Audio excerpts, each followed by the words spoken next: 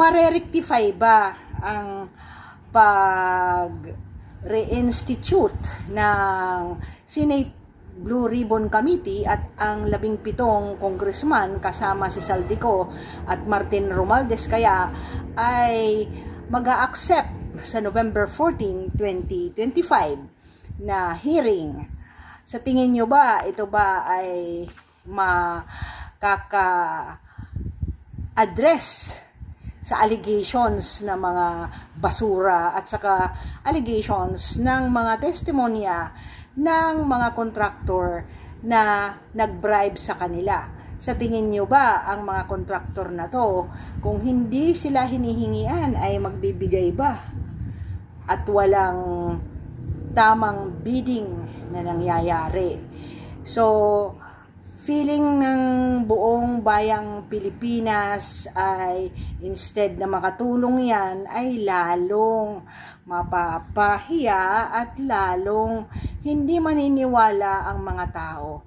No one already believes except those who are being paid ng mga trolls na ang hustisya ay binibigay sa ating mga kapwa Pilipino, mga kababayan na nasalanta ng bagyo dahil walang tamang safety nets and measures sa kani-kanilang mga bayan na pinagdadaanan ng bagyo. Bagkus, ito ay makakamagnify ang mga kasinungalingan nila na sasabihin sa November 14. Who in the right mind would accept that indeed sila ay nangulimbat at nandarambong sa kaban ng gobyerno? Ladies and gentlemen, ang ating batayan po ay ang Biblia. Ano po ang mga nangyayari sa corrupt na leaders noon ng ating Panginoon ay pinagbayad ng kanilang mga kasalanan. Si King Ahab sa 1 Kings chapter 22 verses 37 to 38 died in a battle, and ang mga aso po ay dinilaan ang kaniyang dugo. Si King Herod po sa Acts chapter 12 verses 20 to 23, siya po ay struck down by an angel at kinain po ng agaw buhay ng mga uod. Judas Iscariot sa Matthew 27 chapter 27 verses 3 to 5, Acts chapter 1 verses 18 to 19 ay nagpakamatay po, naghang sa kanyang sarili. Si Nebuchadnezzar po sa Daniel chapter 4 verse 33 lost his kingdom, lived like an animal for 7 years bago po siya namatay.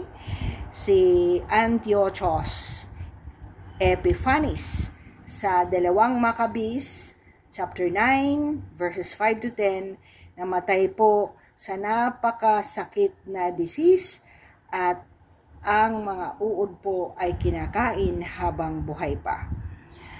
Ang atin pong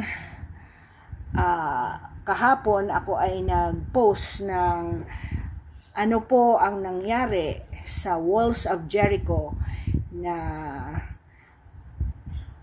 tinutuligsa po ang mga Israelita. Ang mga tao ng Diyos ay sinasalbahi ng mga taga-Jericho, and ang ginawa po ni Joshua ay nagmarcha po ang mga tao around the city for 7 days, blowing trumpets and shouting. And on the 7th day, the priests blew their trumpets, the people shouted, and the walls came tumbling down. The people cried out, "Shout, for the Lord has given you the city." Ito po ay makikita sa Joshua chapter 6 verse 16. They shouted and blew the trumpets, and the wall collapsed along the Israelites to conquer the city. Malapit na po natin makonquer ang katiwalian at pandarambong na trilyon sa ating bayan. Para pong mga pipi, bulag at bingi, nagbibingi-bingihan ang mga taong nasa administrasyon. Kaya nga ang palusot ay palaging may sakit, pupunta sa Amerika, ang asawa may sakit, dadalhin sa Amerika. Bakit ang mga ito ay meron ng mga affidavit ay nagsasarswela pa rin, nagsisirkos pa rin sa Senate Blue Ribbon Committee na sapat na even sa time ni Senator Rodante Marcoleta na mag-file na ng rekomendasyon na ma-prosecute na at matingnan na at mag-answer na before the court ang mga 17 na to at saka yung mga taong may kaugnayan sa pag-i-insert ng mga budget na yan. Bakit ang Supreme Court hindi pa rin nagde-decide tungkol sa budget insertions na yan? So, ano po ang mga nakita natin sa Biblia na pangsasalbahe na kagaya po sa nangyayari ng ating panahon ngayon? Ang paraon po, Exodus 5 to 14, ino-oppress po ang mga Israelita at ang plagues or mga peste po ay inatake po ang mga tao ng paraon. So, ang King Ahab in 1 Kings chapter 16 to 22, pinopromote po ang Baal na worship at Naboth had been killed. Si King Herod ay ini-slaughter po ang mga inosente, pinipersecute po ang mga Christians. Si King Nebuchadnezzar po, nagdidemand ng worship ng mga paganong Diyos. At si Judas Iscariot ay binitray po si Jesucristo. Ang ating pong alam sa mga istorya ng Biblia, ang Diyos po ay nagsesend ng propeta to warn Israel of impending judgment. 2 Chronicles 36 verses 15 to 16. Kaya hindi po totoo na dapat hindi makialam ang Iglesia ni Kristo. Ang totoong Diyos ay dapat nagwa-warning sa mga katiwalaan. Ano po ang ating nakita after ng Unity Rally noong January 13, 2025? Instead na ayusin ni Marcos, ay nag-impeach kay BP Sara. Dinala si dating Pangulong Duterte sa dahig kasi hindi tumitigil ang pagsabi ng mga katiwalian sa budget insertion na yan. At para mawala, ma-deflect at mamatay ang mga issue na yan, ay pinag-persecute ang mga Duterte. Now, nag-escalate po